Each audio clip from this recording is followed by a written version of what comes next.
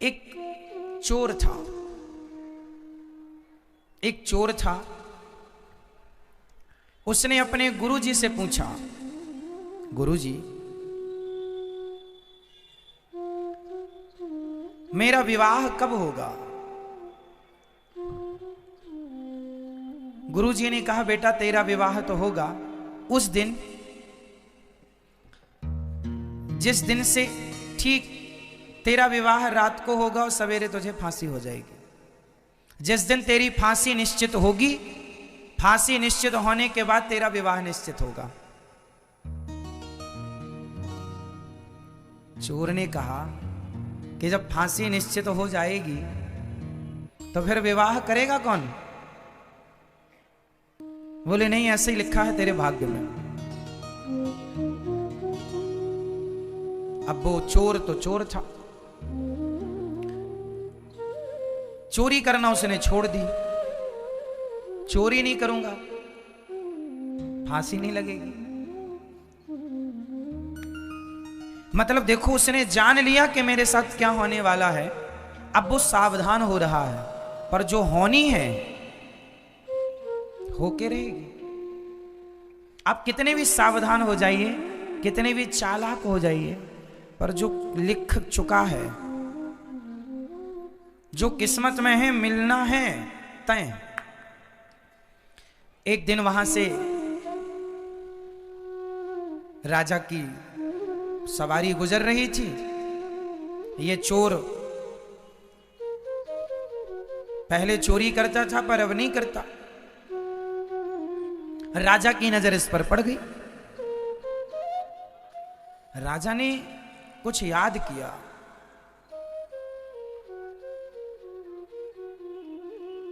राजा को याद आया, इसने गले में एक सोने का माला पहन रखा था। अब तो सुधर गया था, पर जो चुराया था वो तो था ही ना इसके पास। राजा ने देखा किसके गले में माला है, ये माला तो मेरा है। इसने कभी राजा का माला चुराया होगा। राजा ने पकड़ लिया, बुलाया दरबार में, तेरे पास माला कहां से आया? बहुत गोल गोल बातें की उसने। राजा ने कहा नहीं, ये तो मेरा है। उसने बाद में माना कि हाँ, मैंने आपके राज्य में भी एक दिन आपके महल में भी चोरी की थी, वहीं से ये मुझे मिला। राजा ने कहा तूने बहुत चोरी की है, मेरा भी बहुत नुकसान किया है, कल तुझे फांसी होगी। लो भैया, बेड़ियों में जकड़ गया, जेल में बंद हो गया। सिपाहियों ने कहा कोई इच्छा है तेरी? बोले आखिर इच्छा यही है, जेल के अंदर ना रखो, पूरी रात मुझे जेल के बाहर रखो ताकि खुली हवा मिलती रहे मुझे। संयोग वो बाहर था जेल के, सड़क में एक पेड़ के नीचे बैठा था कि तभी एक माँ और बेटी वहां से गुजरी। एक माँ और बेटी जब वहां से गुजरी तो सिपाही ने पूछा तुम कौन हो? उन्होंने कहा भैया हम इस शहर में, इस नगर में नए नए आए हैं, बड़े गरीब हैं, कुछ काम मिले तो पेट भर रोटी मिल जाएगी। चोर वहीं था, सुन रहा था। बड़ी प्यास लगी है, चोर ने पानी मांगा तो उस मां ने उसे पानी पिलाया। चोर ने कहा कि ये तुम्हारी बेटी है? हाँ मेरी बेटी है। क्या चाहती हो तुम? बोले कोई नौकरी मिल जाए, कोई सब ठीक हो जाए, गरीब हैं बड़े, खाने को व्यवस्था नहीं है। पर तुम कौन हो? बोले मुझे कल फांसी पर लटकना है, मैं चोर हूं। पर सुनो, मैं तुम्हारी गरीबी मिटा सकता हूं। कैसे? बोले मैं चोर हूं, मैं तो कल मर जाऊंगा, पर मैंने कुछ धन गड़ा रखा है जगह पर। यदि तुम अपनी बेटी का विवाह मेरे से कर दो तो मैं सारा धन से पता बता दूंगा और तुम धनवान हो जाना। तो लड़की की मां ने कहा चोर, मैं अपनी बेटी का विवाह तेरे से कर भी दूं और तू मुझे धन भी बता दे, मैं धनी भी हो जाऊं, तो बता इसमें तेरा लाभ क्या है? एक रात के लिए तू किसी का पति बन, इसमें क्या लाभ है तेरा? चोर बोला, रोते हुए बोला, मेरा एक ही लाभ है। क्या? बोले, जब मैं मर जाऊंगा, मेरे मरने के बाद ही सही मेरा बच्चा होगा। यदि मैं इसका पति बना तो बच्चा होगा, और बच्चा होगा तो वो मुझे पिंडदान देगा। और मैंने कोई ऐसे तो पुण्य किए नहीं कि मेरा उद्धार हो जाए। जीते जी सिर्फ चोरी की है, गलत काम किया है। अब एक उम्मीद है कि यदि मेरी औलाद, मेरी संतान मेरा पिंडदान करती है और वो सही रास्ते पर चलती है, तो उसके पुण्य से, उसके पिंडदान से मेरा उद्धार हो जाए। बस ये लोभ है। लड़की की मां ने लड़की से पूछा, ठीक है? उसने कहा, मां जैसा अच्छा लगे। मां को लगा ठीक है, भटक तो रहे ही हैं, धन मिलेगा, ठीक है। शादी हो गई, पंडित जी को बुलाया, घंटे 2 घंटे में अग्नि जला करके फेरे दिलवाए, विवाह संपन्न हुआ। एक रात वो अपनी पत्नी के साथ रहा। संयोगवश भगवत कृपा के द्वारा वह पत्नी उसी रात गर्भवती भी हो गई। सवेरा हुआ, सूर्योदय होते ही राजा की आज्ञा के कारण चोर को फांसी पर लटकाया गया। चोर मर गया। चोर तो मर गया, इसे धन भी मिल गया उसकी बताई जगह पर। अब क्या हुआ देखिए, अब जो जो जीवन में मिलना है वो कैसे कैसे मिलता है, और जो जो नहीं मिलना वो नहीं मिलता कैसे। ये धनवान हो गए मां बेटी दोनों। मां को लगा चलो बेटी का विवाह कर देना चाहिए। इसने फिर बेटी के विवाह का प्लान बनाया। एक लड़का मिला भी, लड़के से कहा, विवाह करोगे? हाँ हाँ कर लेंगे। विवाह किया तो उस लड़के ने, जिसने विवाह किया, संयोग से वो भी एक चोर था। और चोर था तो रात के ही उसने पूरा बोरिया बिस्तर बांधा, इसका सारा धन उठाया, भाग गया। एक चोर ने धन दिया, एक चोर ने धन ले लिया। अब ये जैसे थे फिर वैसे हो गए। धन जाते ही उस धन के गम में ये मां निपट गई। अब अकेली लड़की बची, और लड़की भी गर्भवती। मजदूरी मांग मांग के जैसे तैसे जीवन गुजारा, बच्चा हुआ, बड़ा हुआ। एक दिन एक राजा के बेटे को एक सांप डसने के लिए बिल्कुल तैयार था। इसने देख लिया तो इसने जाकर उसकी रक्षा करने की कोशिश की, पर पहुंचते पहुंचते देर हो गई और डस लिया। राजकुमार मर गया, परंतु जान बचाने के लिए इसने अपनी जान जोखिम में डाली। राजा ने देखा, राजा ने कहा, तू मेरा बेटा। ये राजगद्दी पर चला गया, राजा हो गया। जब राजा हुआ, वो राजा मर गया, अब ये राजा हो गया। इसकी मां ने कहा, इसे अपने पति की बात याद आई कि मेरे पति ने कहा था मेरा बेटा पिंडदान करेगा। अब पिंडदान करने के लिए ये गया जी पहुंचा, और जब गया जी में पहुंचा तो जैसे पिंडदान करने लगा, उसके सामने 3 हाथ खड़े हो गए। बूढ़ों के अंदर बाकी सब बातें अच्छी हैं, बस एक कमी है, बोलते बहुत हैं।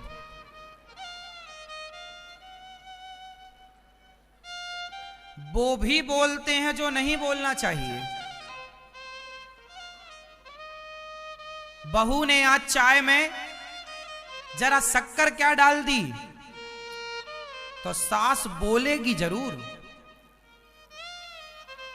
आज दाल में धोखे से नमक ज्यादा हो गया तो बोलेगी, तेरी मां ने यही सिखाया है, मेरी मां थोड़ा चुप भी रह लिया करो।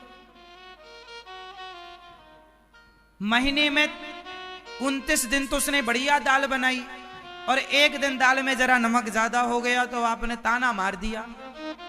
लोग कहते हैं ना कि खाए बिना लोग रह सकते हैं, पर बोले बिना। और आप ना बोलने के कारण फिर आपके घर में आग लगती है।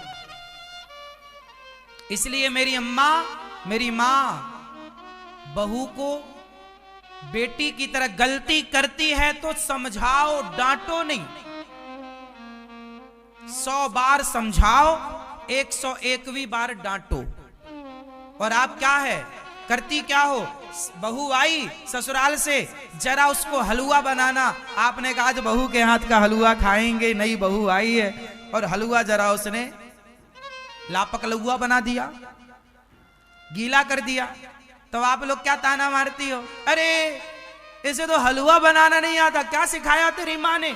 4 मेहमानों के बीच में, 4 लोगों के बीच में आपने उसका अपमान कर दिया। तो देखो ये तो ठीक है कि आपको अधिकार है कहने का, डांटने का, डांटो, लेकिन आप ये भी तो सोचो कि सामने वाले को बुरा भी तो लगता होगा।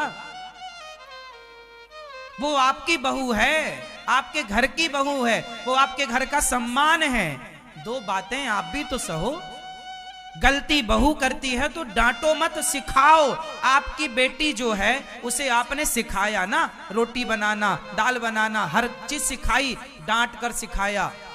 ये बहू है, आज ही आई है, आज ही मत डांटो, पहले समझाओ, पहले उसका विश्वास जीतो, पहले उसके अंदर जगह बनने दो, आपके प्रति सम्मान बनने दो, सम्मान उसके अंदर आपके लिए।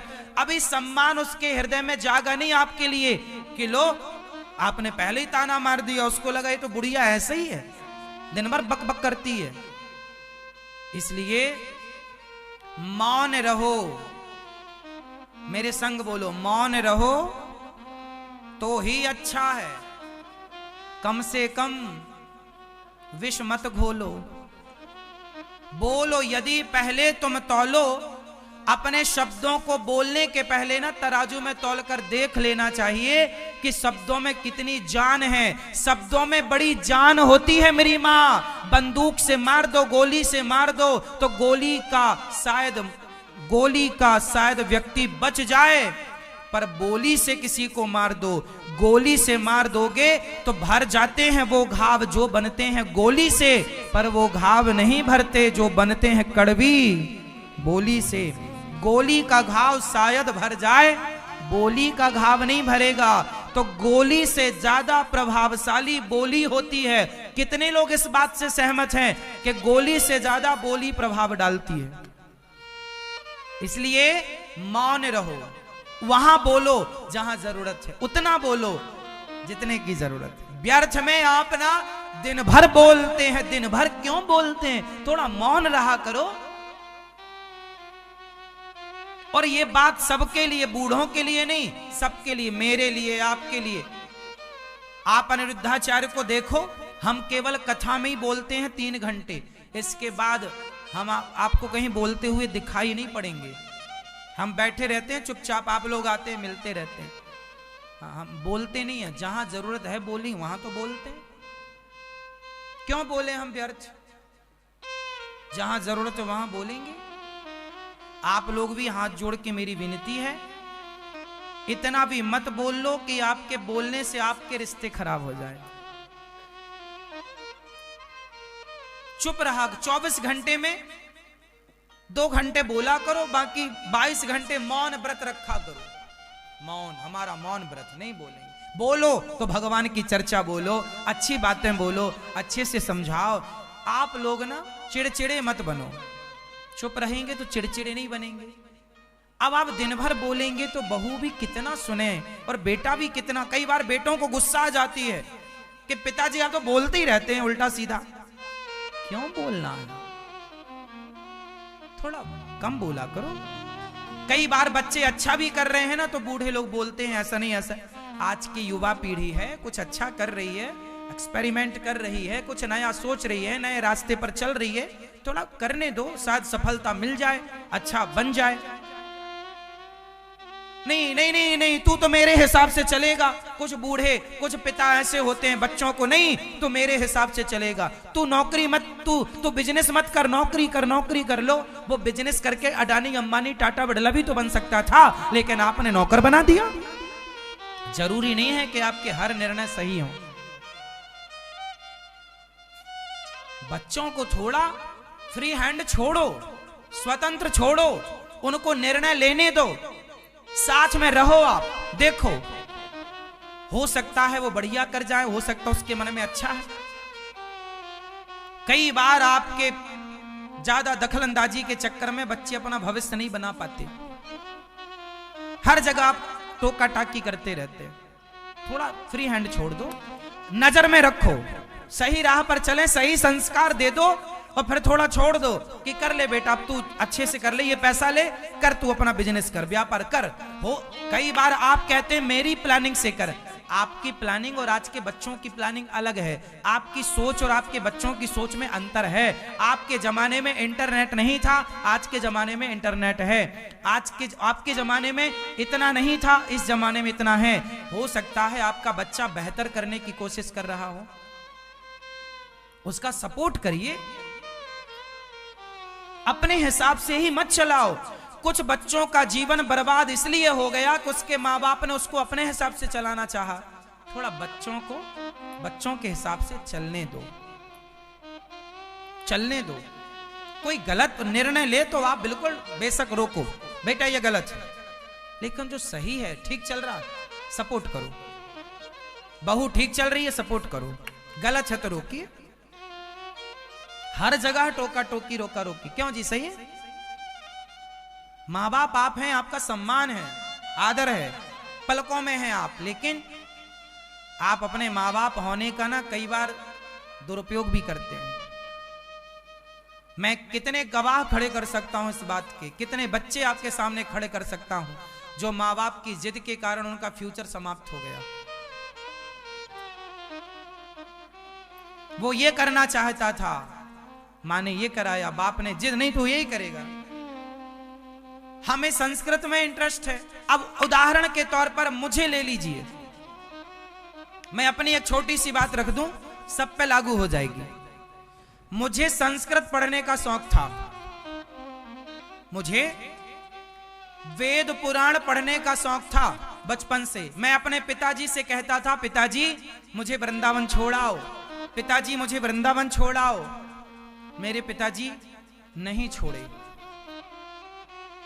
फिर एक बार मैंने स्कूल की पढ़ाई बंद कर दी, पिताजी बोले पढ़ ले इसको। मैंने कहा नहीं पढ़ूंगा, मुझे वृंदावन जाना है, संस्कृत पढ़ना है, मुझे वेद पुराण पढ़ने हैं। पिताजी बोले मैं नहीं ले जाता। 1 साल तक मैं पढ़ा नहीं, ना मैं मुझे वृंदावन लेके आए, ना मैं 1 साल स्कूल गया। मैं स्कूल में भैंस चराता रहा, गैया चराता रहा। हमारे घर में भैंस थी और गैया थी, गैया चराता रहा। पिताजी भी जिद में थे, मैं तुझे नहीं ले जाऊंगा। फिर मैं भी जिद में अड़ा कि मैं पढ़ूंगा, वृंदावन में पढ़ूंगा, वेद पुराण पढ़ूंगा। मैं 1 साल तक खाली गैया चराता रहा, नहीं पढ़ा, मैं स्कूल नहीं गया मैं। फिर मेरी जिद के आगे मेरे पिताजी बोले अच्छा ठीक है चल तुझे वृंदावन छोड़ के आते। फिर वो वृंदावन लाए, और वृंदावन जब लाए तो फिर मैं वृंदावन में पढ़ा, और पढ़कर आपके बीच में बैठा सेवा कर रहा हूं। सोचिए मेरे पिताजी ना लाते, मेरी बात ना मानते, मेरे पिताजी ने नहीं बोला कि तू संस्कृत पढ़ने जा। 1 साल तो उन्होंने भेजा नहीं मुझे। अब वो दूसरे कारण भी हो सकते हैं कि गरीबी घर में इतनी थी कि किराया भाड़ा का भी पैसा नहीं था। पिताजी अपनी जगह सही है, क्योंकि हमारे जीवन में गरीबी इतनी थी कि 1 साल इसीलिए बाद में पिताजी ने बताया कि बेटा किराया ही नहीं था। वृंदा, हम जबलपुर की हमारी जन्मभूमि है, मध्य प्रदेश की, किराया नहीं था तो आए नहीं, साल गुजर गया। पर मैं आया, पढ़ा, तो आज पढ़ के आपके बीच में। सोचिए ना पढ़ाए होते मुझे संस्कृत, मुझे भी स्कूलों में 10वीं 11वीं 12वीं कॉलेज पढ़ाए होते तो मैं भी वहां होता। तो मेरी जिद सही थी कि गलत थी? सही थी। मेरे पिता ने उसमें साथ दिया, मैं उनका धन्यवाद करता हूं। लेकिन मेरे पिता ने तो साथ दे दिया, 1 साल बाद ही दिया। लेकिन कई बार आपके कुछ पिता हैं, बच्चे की मन है कि हम ये पढ़ें, हम ये पढ़ें, हम वहां पढ़ें, ये ऐसा पढ़ें। कई बार माँ बाप सपोर्ट नहीं करते, तो बच्चों का फ्यूचर ना बिगड़े। अब मैं पढ़ के जब वृंदावन से गया तो मेरे पिताजी ने पूछा तू क्या पढ़ के आया? तो मैंने बोला मैं भागवत पढ़ा। पिताजी बोले गलत, भागवत नहीं पढ़ना तुझे, कर्मकांड पढ़ना है तुझे। मैं समझ गया कि मेरे पिताजी अपनी जगह सही हो सकते हैं, ये अपनी सोच के अकॉर्डिंग बोल रहे हैं। लेकिन मैंने पिताजी की बात नहीं मानी।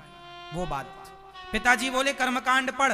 कर्मकांड का मतलब होता है जैसे यज्ञ कराना, यज्ञाचार होते हैं यज्ञ कराने का, सत्यनारायण भगवान की कथा करने वाले जो होते हैं। तो उन्होंने बोला कि बेटा ये तो करके कमा के 2 रोटी खा लेगा। भागवत जी थोड़ी कोई रोज रोज सुनेगा, भूखा मर जाएगा तू।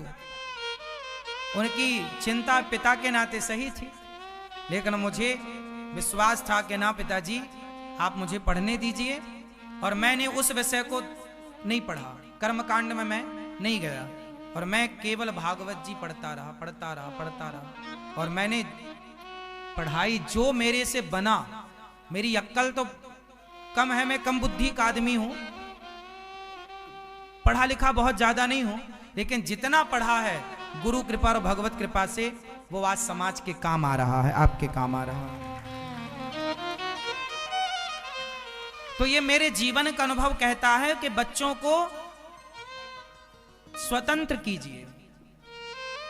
अब जैसे बाद में फिर मैंने सोचा, पिताजी से पूछा कि मैं माताओं की सेवा करना चाहता हूं, वृद्धाश्रम माताओं की सेवा।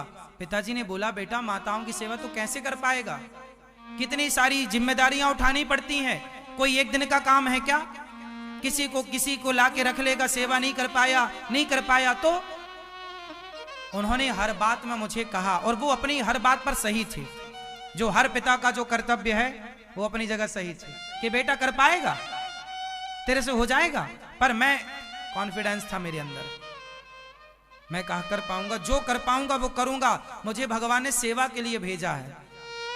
इसलिए फिर मुझे लगा कि मुझे सेवा करनी है सो करनी है। फिर मैं उस सेवा के राह पर चलता गया। गौरी गोपाल आश्रम जब बना तो मेरे पास जब ये मेरे मन में ख्याल कहां से आया वृद्धाश्रम बनाने का, वो मैं आपको बता रहा हूं।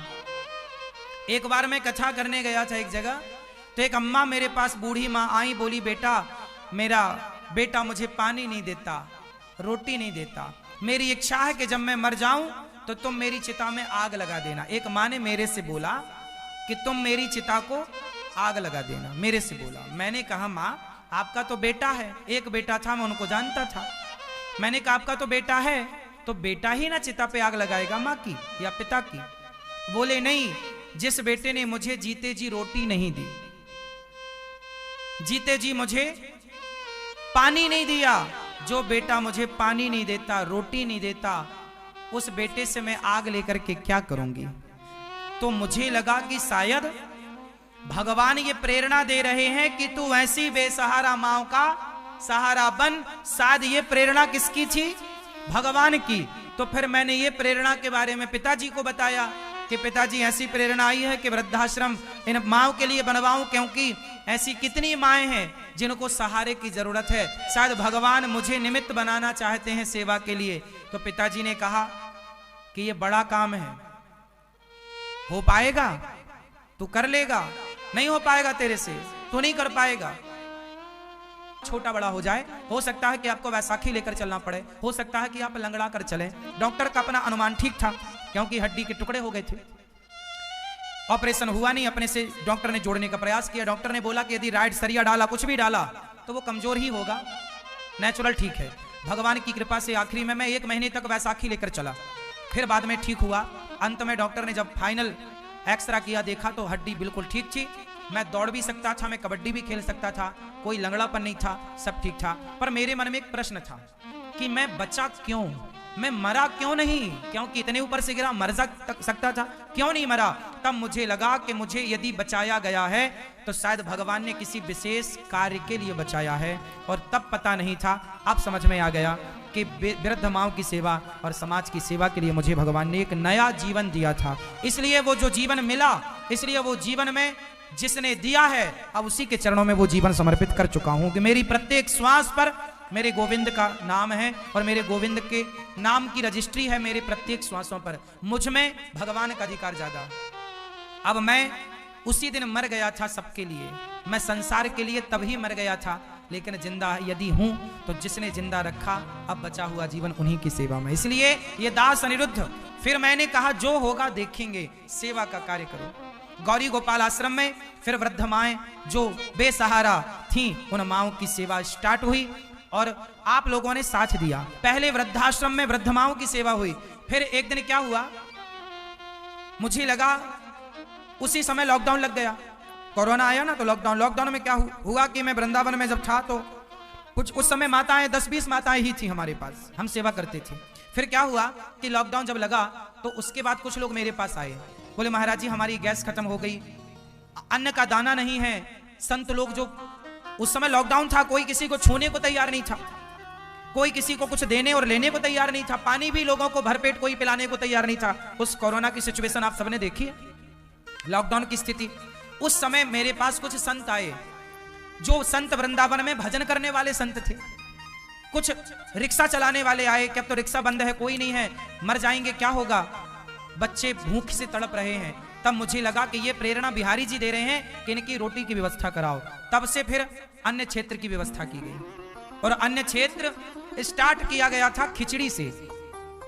जब पहले दिन अन्य क्षेत्र बटा तो केवल खिचड़ी का प्रसाद बटा, खिचड़ी। लोग आए, लोगों को अच्छा लगा कि चलो संत आए, संतों ने आशीर्वाद दिया, बेटा कहीं कोई व्यवस्था नहीं थी खाने पीने की, अच्छी होगी, गौरी गोपाल भगवान ने कराया। फिर दूसरे दिन से सब्जी दाल चावल रोटी बनना स्टार्ट हुई। धीरे धीरे छोटे से बड़े बड़े बड़े होते होते ये सेवा लॉकडाउन से चल रही है और आज भगवान की कृपा से पूरे भारत की सबसे बड़ी रसोइयों में गौरी गोपाल भगवान की रसोई है, 5वें नंबर की, जहां 30,000 लोग पर डे प्रसाद पाते हैं, वो भी निःशुल्क, कोई चार्ज नहीं। आप लोग जो सपोर्ट करते हैं, सहयोग करते हैं, आपके सहयोग से ये गौरी गोपाल आश्रम की सेवाएं चलती हैं और रसोई चलती है।